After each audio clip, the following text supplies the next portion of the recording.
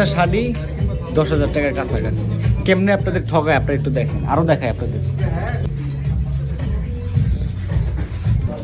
Shirt তো দেখলেনি, একটা normal T shirt দেখে, এটা আমার বাংলাদেশ থেকে তৈরি করা। আমার বাংলাদেশের মানুষগুলা প্রতিদিন 12 ঘন্টা করে ডিউটি করে, মাস শেষ হলে পায় 15 থেকে 20,000 টাকা, কেউ 10,000 টাকা পায়, এরও কমও পায়। অথচ তার একটা গেঞ্জি আপনার দেখায় কত euro, 16 euro.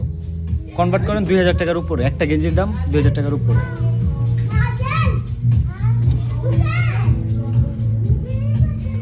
Made in Bangladesh. একটা জুম করি,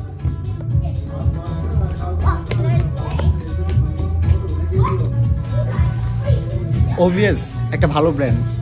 তো ওভিএস এর ম্যাক্সিমাম জামা কাপড়ই বাংলাদেশ থেকে তৈরি করা। আর কত ঠকবেন, আর কত আপনাদেরকে এমনি অবিচার